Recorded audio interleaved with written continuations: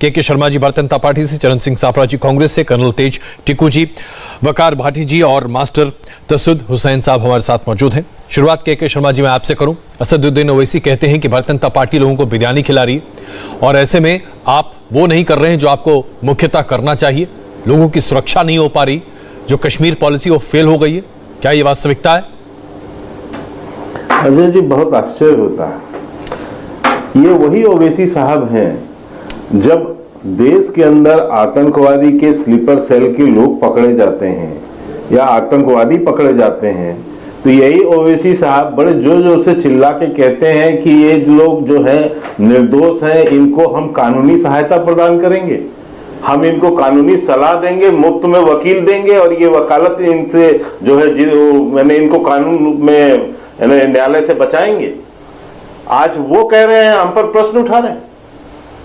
ये वही ओवैसी साहब हैं जो लगातार चाहे ओवैसी साहब ही नहीं, कांग्रेस भी, जो जब हम आतंकवादियों पर सर्जिकल स्ट्राइक करते हैं, जब हम एयर स्ट्राइक करते हैं, जब हम कार्रवाई करते हैं, तब ये लोग सबूत मांगते हैं। ये हमसे आज प्रश्न पूछ रहे हैं। क्या अजय जी ये सत्य नहीं है कि आतंकवाद जो है, हमें जो विरासत में इस देश को मिली है, विरासत में कांग्रेस की विरासत, इस देश में आतंकवाद ही पैदा हुआ कांग्रेस के समय। एक तरह से मुझे कहने में कोई आपत्ति नहीं है कि उसकी जननी है आतंकवाद की कांग्रेस। आप पंजाब का आतंक देख सकते हैं, आप कश्मीर का आतंक देख सकते हैं। ये हमको जो मिला, ये 30 साल 40 साल के अंदर में हमारे शासनकाल में सबसे ज्यादा अधिक कमी आई है आतंकवाद में, तो हमारे शासनकाल में आई। लेकिन शर्मा जी आंकड़े अभी तो ये नहीं कह रहे ना, आज जो स्थिति है आंकड़े ये नहीं कह रहे। जो स्थिति आज कश्मीर में है वो भयावह है। स्टेशन पर देखिए कितनी भीड़ लगी हुई है। माइग्रेशन करके वहां काम करने वाले लोग अगर कश्मीर छोड़कर भाग जाएंगे तो आप सोचिए क्या होगा। अजय जी, निश्चित तौर से वर्तमान में कुछ महीनों में जो स्थिति बनी है वो चिंताजनक है, इसमें कोई दो मत नहीं। लेकिन उस पर लगातार कार्रवाई हो रही है और अब ये बौखलाहट है आतंकवादियों की और पाकिस्तानी जो सीमा पार जो आतंकवाद जो फैला रहे हैं, क्योंकि उनको लग रहा है कि अब वहां कश्मीर की जनता जो है विकास के राह पर बढ़ रही है। विकास के मामले में यानी कश्मीर में विकास के कार्य हो रहे हैं। उनको लग रहा है कि अब हमें पनाह नहीं मिलेगा, हमें कश्मीर के लोग ही जवाब दे रहे हैं, अब देने लगे हैं। तो वो एक बौखलाहट में कदम उठा रहे हैं और अब वो जो है जो वहां के सामान्य नागरिक हैं उनके ऊपर जो है वो आक्रमण कर रहे हैं, उनको डराने की कोशिश कर रहे हैं। जैसा कि पहले हमारे कश्मीरी भाइयों जो कश्मीरी पंडित भाइयों के साथ हुआ था, लेकिन हम वो स्थिति नहीं आने देंगे। ये निश्चित तौर से पाकिस्तान को भी ध्यान रख लेना चाहिए और जो उनके साथ देने वाले लोग हैं उनको भी ध्यान कर लेना चाहिए। शर्मा जी आपका आश्वासन, लेकिन विपक्ष कितना मान रहा है? विपक्ष बहुत सवाल खड़े कर रहा है। सापरा जी आपसे सवाल पूछना चाहते हैं। सापरा जी, लेकिन उसके साथ साथ मैं आपसे यह भी कह दूं कि अभी शर्मा जी ने कहा कि आप आतंक की जननी हैं, तो क्या आतंक के नाम पर राजनीति भी होगी? देखिए, ऐसा है, भारतीय जनता पार्टी वर्तमान की बात नहीं करना चाहती क्योंकि इनके पास में उत्तर नहीं है। ये भूतकाल में ही रहना चाहते हैं। इनको भूतकाल में रहने दीजिए। जितना झूठ बोलना ये झूठ बोलते रहे। सवाल ये है कि वर्तमान में पिछले 8 दिनों से कश्मीर की पहाड़ियां जो है वो गोलियों की गूंज से गरज रही है। सेना लगातार प्रहार कर रही है और हमें गर्व है, हमारी जम्मू कश्मीर की पुलिस और सभी सेना बलों पर गर्व है कि उन्होंने जिस तरह से कई आतंकियों को ढेर भी किया है। लेकिन वस्तुस्थिति यह है कि पिछले 8 महीने में 30 सिविलियन की मौत हुई है और करीबन 12 या 14 हमारे जो सैनिक हैं वो शहीद हुए हैं। अब ये वस्तुस्थिति क्यों बनी? क्योंकि जो सरकार मस्कुलर पॉलिसी की बात करती थी, कहीं ना कहीं वो कमजोर हुई है। उसका इंटेलिजेंस कमजोर हुआ है, उसका इकबाल गिरा है।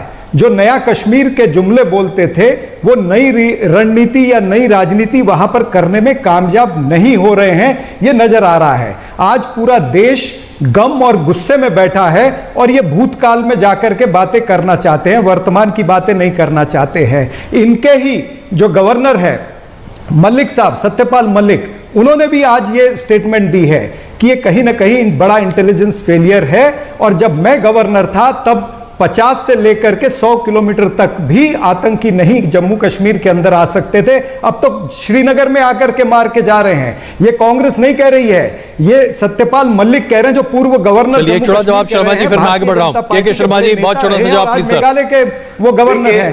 तो ये आज आश्चर्य है कि कांग्रेस के भारतीय प्रवक्ता जनता पार्टी को उत्तर देना चाहिए। अजय जी थोड़ा शांत कराइए, नहीं तो ऐसे तो नहीं हो पाएगा। अभी मुझे कांग्रेस के प्रवक्ता की बातों पर हंसी आ रही है कि हमें सेना पे गर्व है। ये यही लोग थे ना जो कहते थे सेना को गली का गुंडा, यही थे ना जो सेना की कार्रवाई पर इनके ही नेता सबूत मांगते थे। फिर आज इनको गर्व होने लगा है भूतकाल में। ये दोहरा चरित्र है ना, क्यों अभी अब एक मिनट इनको शांत कराइए सापरा साहब, ऐसे नहीं मैंने क्यों हो रही है भारतीय जनता पार्टी? उनको बंद कराइए, इनको बंद कराइए, इस पर उत्तर दीजिए ना। अजय जी ऐसे नहीं, ऐसे में नहीं बोलिए। सापरा जी विनम्र आग्रह है, जरा सुनिए शर्मा जी क्या जवाब दे रहे हैं, फिर हम आगे बढ़ेंगे। अभी बाकी मेहमानों तक मैं पहुंचा भी नहीं हूं जी। शर्मा जी प्लीज जल्दी कंप्लीट कीजिए सर। देखिए एक ये तो लगातार सेना का मोरल डाउन करने में लगे रहे, लेकिन इसके आगे मैं एक बात कहता हूं। अभी ये कह रहे हैं कि कश्मीर में नई राजनीति करने, अरे साहब हम कश्मीर में राजनीति नहीं कर रहे हैं। सापरा साहब आप लोग कांग्रेसी हैं जो वहां राजनीति करते हैं, हम वहां पर विकास के काम करके लोगों का जीवन स्तर ऊपर उठाना चाहते हैं। जो आपने लगातार उनको जो है पत्थरबाज बना के और आतंकवादी गतिविधियों में ढकेल के आपने वहां के पूरे विकास कार्य को ठप करके रखा था। अजय कुमार जी मुझे मौका दीजिएगा, आपने पन पाया था वहां पर, मैं बीच में बोलूंगा तो डेवलप करना चाहते हैं। आज जब वहां विकास के कार्य डेवलप होने लगे हैं, विकास के कार्य हो रहे हैं, तमाम तरह से लोगों के जीवन स्तर उठ रहे हैं, तब लोग आज जो है लोगों को एक बौखलाहट पैदा हो रही है। चलिए मैं आपको रोक रहा हूं शर्मा जी, मैं थोड़ा आगे बढ़ रहा हूं। मैं आ रहा हूं सर सापरा जी, मैं आ रहा हूं आपके पास, जरूर आऊंगा बिल्कुल सर, थोड़ा मौका दीजिए। हुसैन साहब के पास आ रहा हूं सर, मुझे बाकी लोगों से भी बात करने दे सर, आग्रह है बिना मैं आग्रह सर, प्लीज सर। हुसैन साहब, हम लगातार देख रहे हैं कि पाकिस्तान की सरपरस्ती में किस तरह से जम्मू कश्मीर में आतंकवाद आगे बढ़ाया जा रहा है, फिर भी पीडीपी बार बार ये कह रही कि पाकिस्तान से बात करना चाहिए। जो हमारे देश में आतंकी गतिविधियां बढ़ाए, जो कश्मीर में दूसरे प्रांत से आए हुए लोगों को मार मार कर यह संदेश देना चाहे कि आप कश्मीर में मत आओ, और डंके की चोट पर कहे कि हम लोगों का बदला ले रहे हैं, ऐसे लोगों से बात करना चाहिए क्या? अजय जी, ये 47 से आज तक जब मुल्क के दो टुकड़े हुए, उस वक्त से हिंदुस्तान और पाकिस्तान दो मुल्क बनने के बाद जम्मू कश्मीर के लोग पिस रहे हैं हिंदुस्तान और पाकिस्तान की दुश्मनी में। हम इसलिए कह रहे हैं कि जब तक आप इस दुश्मनी को खत्म नहीं करोगे तो जम्मू कश्मीर के लोग जो बॉर्डरों पर रहते हैं, जो गरीब लोग हैं, किसान लोग हैं, मजदूर लोग हैं, उनकी बर्बादी नहीं होगी। आप ये समझते हैं कि पाकिस्तान जो हमारा दुश्मन है, अगर दुश्मन है तो हम ये कहते हैं अगर आप बातचीत से नहीं करना चाहते तो जम्मू कश्मीर के लोगों को सिक्योरिटी प्रोवाइड करो, और जो बॉर्डरों में रहने वाले लोग आपकी बात जरा समझ में नहीं आ रही। आप कहते हैं आप समझते हैं कि पाकिस्तान दुश्मनी कर रहा है, इससे ज्यादा दुश्मनी और क्या हो सकती है कि बेचारे लोगों को जिनका कोई कसूर नहीं है, निर्दोष लोग हैं, उनके ऊपर गोलियां बरसाई जा रही हैं। आप इसकी निंदा भी नहीं करना पसंद करते? आपको लगता है कि ये बेगुनाहों का खून बहाना सही है? बात को समझो, पूरी होने दीजिए आप अजय जी। मैं ये कह रहा हूं अगर आप मुल्क की हुकूमत जो होती है उसको मुल्क के लोगों की सिक्योरिटी सबसे पहले जरूरी होती है। लोगों को दुश्मनी से बचाने के लिए ये गवर्नमेंट का काम है, ये ना कि अवाम का काम है। हम तो ये कहते हैं कोई तरीका करो जिस तरीका से जम्मू कश्मीर के लोगों की बर्बादी ना हो, जम्मू कश्मीर में अमन और शांति और तरक्की हो। ये ना जम्मू कश्मीर में आप अमन होने देते हो, जो जम्मू में जो दिल्ली में बैठे हैं वो सिर्फ तमाशा देखते हैं। टिक्कू साहब, ये छोटी सी राजनीति से कब आप, टिक्कू साहब ये छोटी सी राजनीति हुसैन साहब की पार्टी लगा रही है, ये राजनीति कब खत्म होगी? यही तो आज पूरे देश में सबसे बड़ा दंश है। टिक्कू साहब प्लीज सर। गोलियां बंद होंगी तो गोलियां बात। हुसैन साहब 2 मिनट। हुसैन साहब आपने बोला, हमें भी बोलने का मौका दीजिए। देखिए ये मुद्दा जो है ये पॉलिटिक्स का मुद्दा नहीं है, बिल्कुल ये सिक्योरिटी रिलेटेड इशू है। और ये कहना कि ये हुकूमत काम नहीं कर रही और पिछली हुकूमत ने काम नहीं किया, ये 1947 से ये कश्मीर का मसला चलता आ रहा है और हमने इसमें उतार चढ़ाव बहुत देखे हैं, इससे ज़्यादा वायलेंस भी देखी है, इससे ज़्यादा पलायन भी देखा है। तो ये कहना कि आपकी सरकार ने नहीं किया और मेरी सरकार ने किया, प्लीज़ इसको, ये बड़ा सिक्योरिटी बहुत संवेदनशील मामला है। दूसरी बात मैं ये कहना चाहता हूँ, खासकर पीडीपी के लिए मैं ये कहना चाहता हूँ कि पीडीपी का जो बयान है, पीडीपी का जो रुख है, वो पाकिस्तान जो बोलता है वो वही चीज़ बोलते हैं। आजकल पाकिस्तान बोलता है बातचीत करेंगे तो वो कहते हैं बातचीत करेंगे, जैसे बातचीत नहीं हुई है पाकिस्तान के साथ। पाकिस्तान से कितने राउंड्स बातचीत हुई है और अभी भी सीज फायर लागू है, तब भी आप देखो पूंछ रजौरी में क्या हो रहा है। तो ये बातें करने की है, इसमें कोई आपका मुझे मालूम है आपका पाकिस्तान लॉबी को खुश करना है, वो छोड़ दीजिए। मैं ये बताना चाहता हूं कि कश्मीर के अंदर जो है पाकिस्तान ने स्ट्रेटजी बदली करी है और वो स्ट्रेटजी क्या है कि इंडिविजुअल किलिंग पर ज्यादा दबाव अभी डाला जा रहा है। इंडिविजुअल किलिंग इसलिए हो रही है क्योंकि वो नहीं चाहते कि आर्टिकल 370, 35 हटने के बाद कश्मीर की डेमोग्राफी बदल जाए।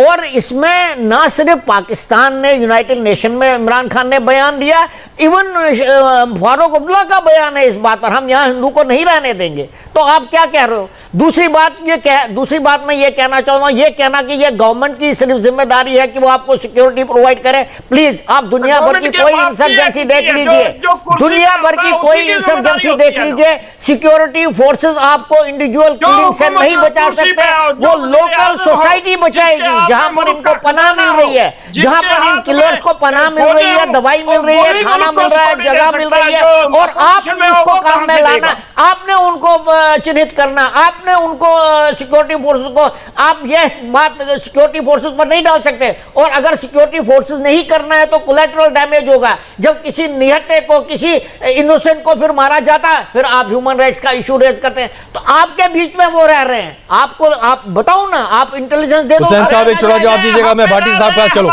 हमारे क्या बात कर रहे हैं? रिश्तेदारी नहीं हमारी उनसे, वो आप बॉर्डर से अंदर लाते हो उनको, तब आके यहाँ बर्बादी करते हैं, फौजियों को भी मारते हैं, सिविलियन को भी मारते हैं। चलिए मैं भाटी साहब को शामिल करना चाहता हूँ। भाटी साहब, वकार भाटी साहब, मैं आपके पास आ रहा हूँ। क्या आज ये पूरे कश्मीर की जिम्मेदारी नहीं है कि कश्मीर में इस तरह के बेगुनाहों का खून सरेआम ना बहे? क्या हर किसी को एक साथ नहीं आना चाहिए? सिर्फ ये कह देना कि इसमें कोई कश्मीरी शामिल नहीं है, जिम्मेदारी खत्म हो जाती है पॉलिटिकल पार्टीज की? जी मैं सर एक एक्टिविस्ट मास्टर जी, हमारी जिम्मेदारी नहीं है।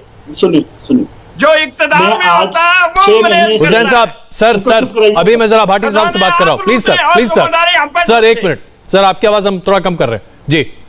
जी सर, मैं आज 6 महीने से बराबर कश्मीर में, इस टाइम भी श्रीनगर में हूं और कोई ऐसी किलिंग्स नहीं है जिसके पास मैं नहीं गया हूं और हर एक जगह में जा रहा हूं। सर आपको आवाज मिल रही है? आपको बिल्कुल बताइए प्लीज। जी तो मैं उस हर एक जगह पे जा रहा हूं जहां जहां भी लोगों की जानें जा रही हैं। मैं आज एक सवाल पूछना चाहता हूं सर, कांग्रेस बीजेपी पे इल्जाम देती है, बीजेपी कांग्रेस पे देती है और कुछ पॉलिटिकल पार्टियां हैं कि पाकिस्तान के ऊपर ब्लेम डालती है। ठीक है, लगाइए पाकिस्तान के ऊपर ब्लेम, मुझे कोई लेना देना नहीं है, लेकिन मेरी सिक्योरिटी की रिस्पांसिबिलिटी कौन लेगा? आम कश्मीरियों की सिक्योरिटी की रिस्पांसिबिलिटी कौन लेगा? यहाँ जो उत्तर प्रदेश के, बिहार के जो मजदूर तबका है, जो आज 2 दिन में 4 से 5 लोग मारे गए हैं, इनकी जिम्मेवारी कौन लेगा? क्यों? क्योंकि हमने सवाल पूछना होम मिनिस्टर से, हमने सवाल पूछना प्राइम मिनिस्टर से, हमने सवाल पूछना एजेंसियों से, डीजीपी से।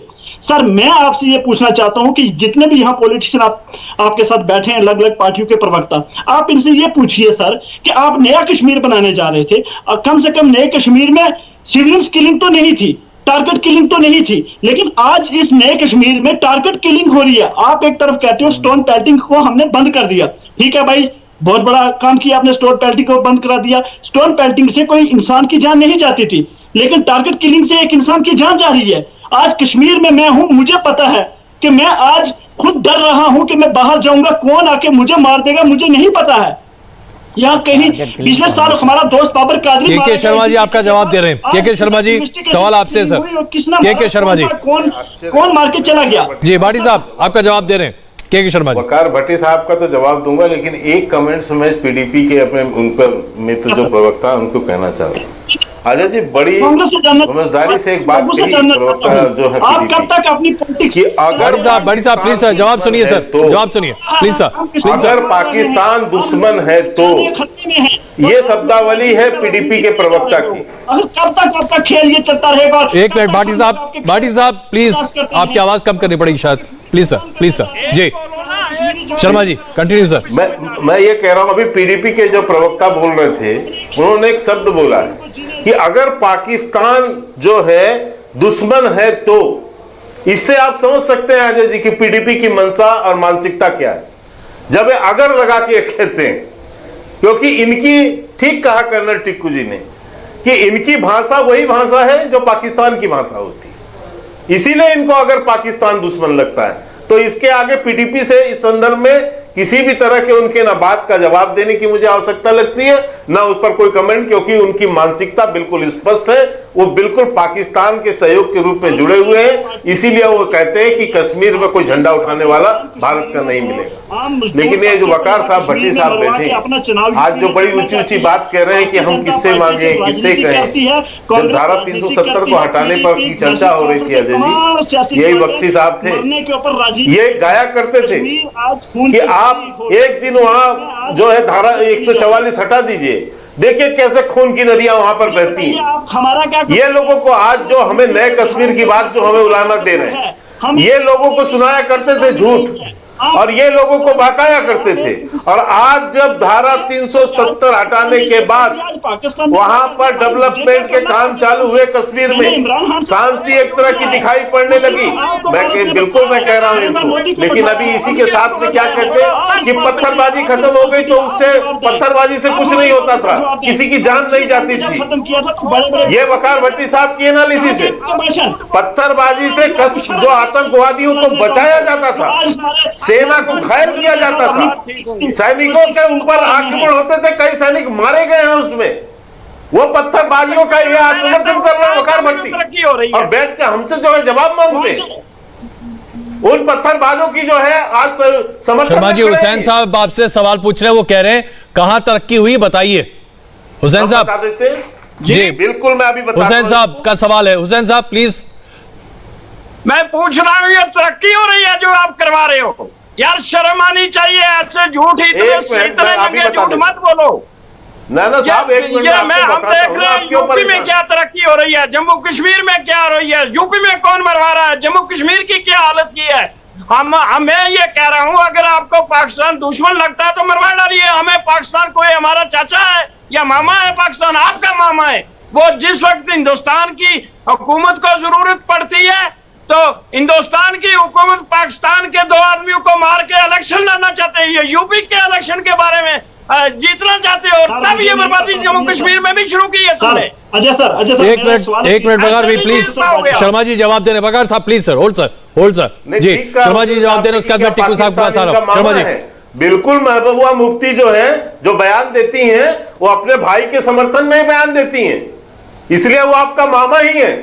पाकिस्तान इसीलिए आपका मामा है क्योंकि महबूबा मुफ्ती के बयान सुनिए आप, आए दिन जो है पाकिस्तान का राग लापती है, आए दिन पाकिस्तान से जो है सहयोग लेने की बात करती है, तो आपके मामा ही हुआ हो, इसलिए आप यहाँ मुझे ज्ञान मत दीजिए हुसैन साहब। दूसरी बात, हुसैन साहब यदि आप उपलब्धि पूछना चाहते हैं तो मैं आपको बताता हूँ, आज आपको मैं उपलब्धि भी सुना देता हूँ। अजय जी इनको थोड़ा शांत कराइए क्योंकि इनको तकलीफ हो जाएगी।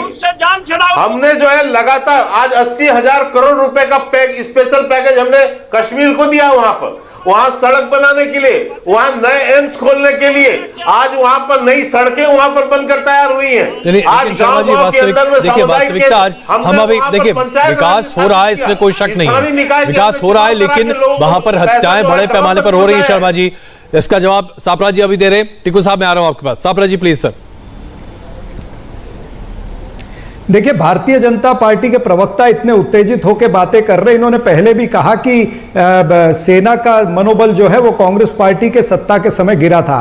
मैं इनको ये बताना चाहता हूं कि सेना का मनोबल उस दिन गिरा था जिस दिन मुफ्ती मोहम्मद सईद ने मुख्यमंत्री पद की शपथ लेते हुए नरेंद्र मोदी की हाजिरी में पाकिस्तान का और अलगाववाद का धन्यवाद उन्होंने किया था। सेना का मनोबल उस दिन गिरा था जिस दिन आपने मसरत आलम को छोड़ा था, जिस दिन आपने आसिया अंद्राबी का फोटो जो है वो पोस्टर पर लगाया था, उस दिन मनोबल गिरा था जिस दिन 10,000 पत्थर, अभी सुन लीजिए ना मेरी बात, मैं आपके बीच में नहीं बोला था, जिस दिन 10,000 पत्थरबाजों के केस आपने वापस लिए थे और मेजर आदित्य कुमार के ऊपर आपने एफआईआर किया था, उस दिन मनोबल गिरा था, उस दिन मनोबल गिरा था जिस दिन आईएसआई को red carpet welcome Amit Shah ने दिया था, उस दिन इनका मनोबल गिरा था जब आपने एक तरफा युद्ध विराम किया। एक तरफा युद्ध विराम दो सेनाओं के बीच में होता है, वो कोई आतंकवादी और भारत की सेना में नहीं होता है। उस दिन आपने हमारी भारत की सेना का मनोबल गिराया है, तो बार बार ये भारतीय जनता पार्टी की सरकार सेना का मनोबल गिराती रही है। और एक उत्तर और दीजिए, जब राजीव चंद्रशेखर ने पार्लियामेंट के अंदर जब ये कहा था पाकिस्तान को टेरर स्टेट डिक्लेयर किया जाए, तब आपने वो राजीव चंद्रशेखर का बिल पास क्यों नहीं किया? पाकिस्तान को टेरर स्टेट डिक्लेयर करने का बिल राजीव चंद्रशेखर जो आज मंत्री है आपके, उनके बोलने पर भी आपने वो वहां पर वो पारित नहीं किया। नरेंद्र मोदी ने उसको वापस ले लिया। नरेंद्र मोदी आतंकवाद के समर्थक है क्या? नरेंद्र मोदी पाकिस्तान के समर्थक है, ये खुलेआम नजर आता है। आप पाकिस्तान को टेरर स्टेट नहीं डिक्लेयर कर सकते और आप यहां पर फर्जी राष्ट्रवाद की बातें करते हैं। कांग्रेस पार्टी ने सिक्किम को, अरुणाचल प्रदेश को भारत के साथ जोड़ा। कांग्रेस पार्टी ने पाकिस्तान के 2 टुकड़े किए इंदिरा गांधी ने। तो उंगली कटाकर शहीदों में अपना नाम दर्ज कराना चाहते हो। सिर्फ ऐसे टीवी चैनल पर खाली बोलने से, लगातार बोलने से कुछ नहीं होगा। और यही नहीं, ये जाति जो है ये अपनी बस जरा बंद करो कि नरेंद्र मोदी जी को हटाना है, जैसे बोलना बंद करिए। जो सवाल पूछे जा रहे हैं, अगर सत्ताधारी पार्टी का प्रवक्ता वो सवालों के जवाब नहीं दे सकता। मैं आप दोनों के बीच में आ रहा हूँ, आप दोनों के बीच में आ रहा हूँ। कलतेज टिक्कू जी, जो स्थिति है उस पर हम चाहे राजनीति कितनी भी देख लें, लेकिन आज ये राष्ट्रीय सुरक्षा का मसला है। कश्मीर में जो हो रहा है वो जघन्य अपराध है, इसके बावजूद लोग बटे हुए हैं।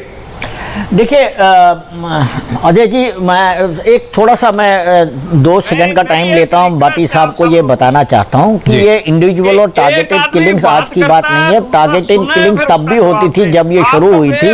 गुलाम नबी लोन को किसने मारा था, मौलवी फारूक को किसने मारा था, काजी निसार को किसने मारा था, और लेटली अयूब पंडित को किसने मारा था, लेफ्टिनेंट फयाज को, सब टारगेटेड इंडिविजुअल किलिंग थी। तो तब भी होती थी, अब भी होती है और अब हो रही। लेकिन जो ये सब करा रहा है उसके पीछे एक ऑब्जेक्टिव होता है। उस टाइम ऑब्जेक्टिव कुछ और था और इस टाइम ऑब्जेक्टिव कुछ और है, लेकिन इंडिविजुअल किलिंग्स हमेशा होती रही है। मैं ये कहना चाहता हूं, कश्मीर के अवाम में गुस्सा है इस बारे में, और भट्टी साहब ठीक बोल रहे हैं, मैं इनसे सहमत हूं।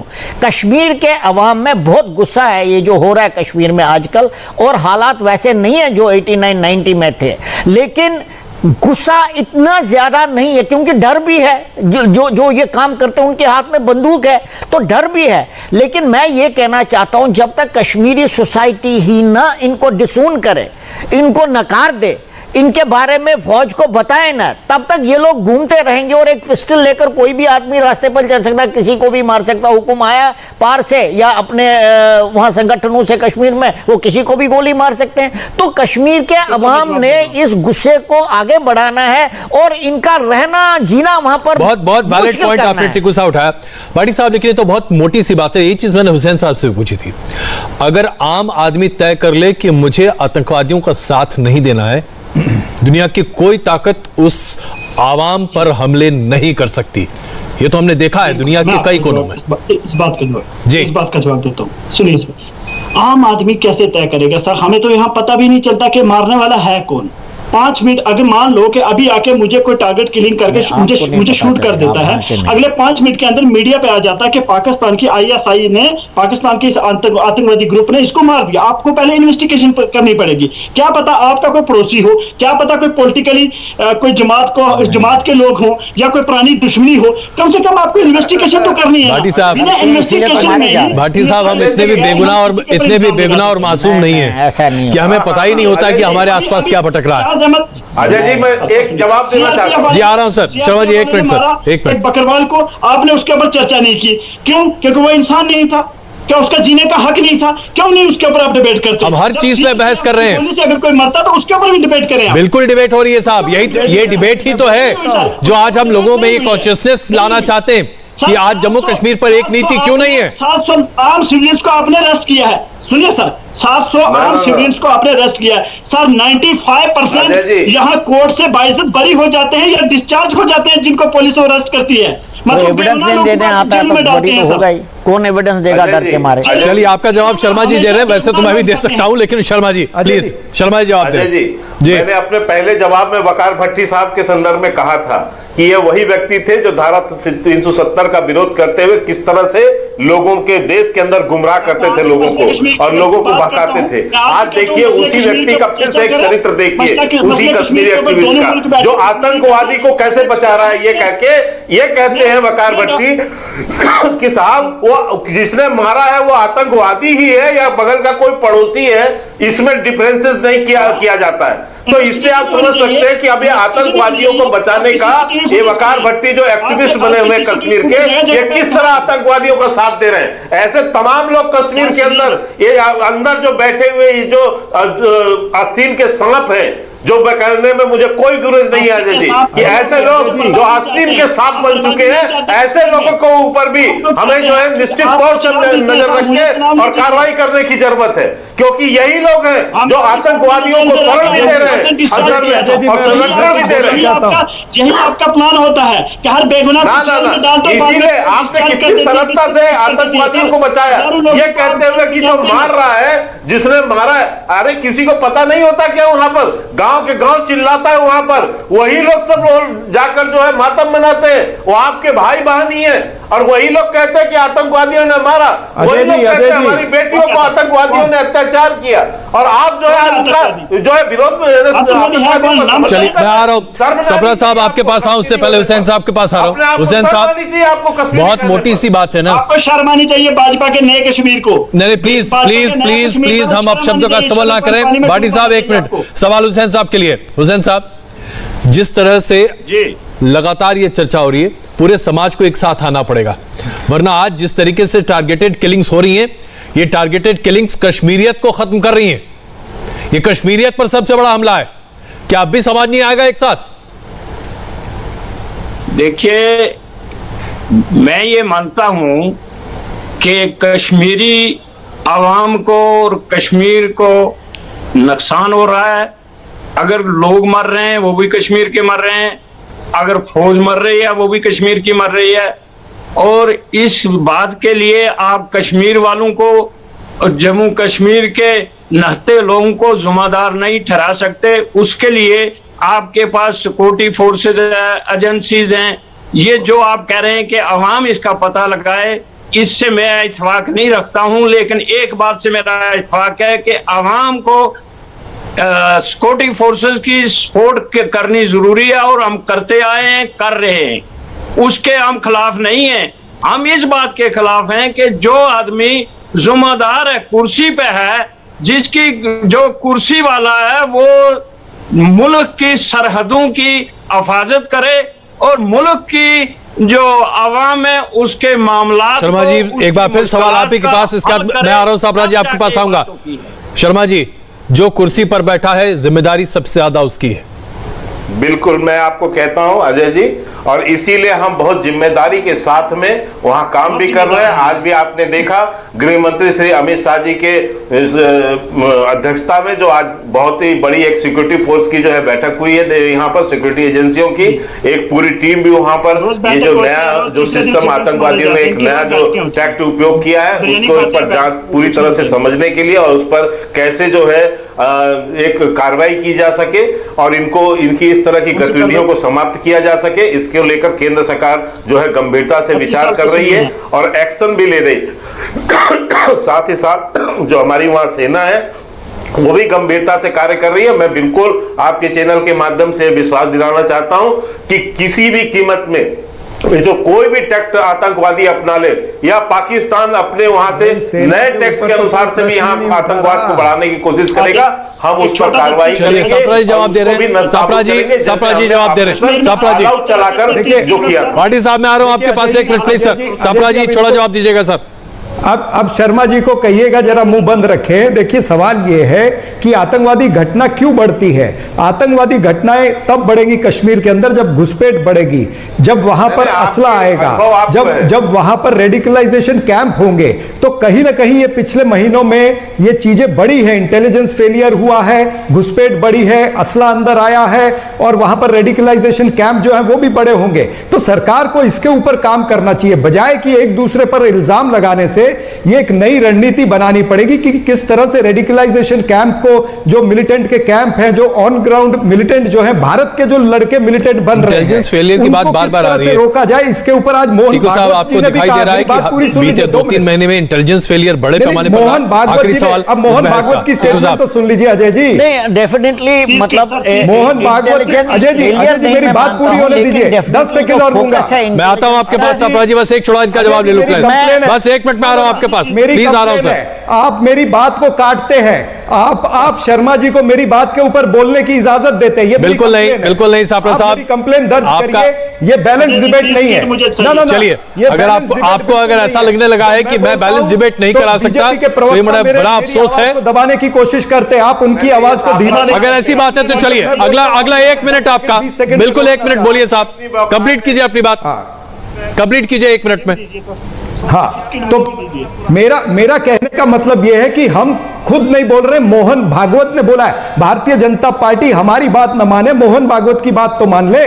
उन्होंने भी कहा है कि 370 अनुच्छेद जो है वो हटाने से भी यहां पर आतंकवाद खत्म नहीं हो रहा है, तो हमें कॉन्फिडेंस बिल्डिंग मेजर्स तैयार करने पड़ेंगे। ये मोहन भागवत की स्टेटमेंट है और यही कांग्रेस पार्टी कहती है कि स्टेटहुड यानी पूर्ण राज्य का दर्जा देना चाहिए। जम्मू कश्मीर के अंदर लोकतंत्र प्रणाली में चुनाव होने चाहिए, वहां पर असेंबली का गठन होना चाहिए। जी, अब आप कम से कम ये तो नहीं कहेंगे मैं आपको बोलने नहीं देता हूं।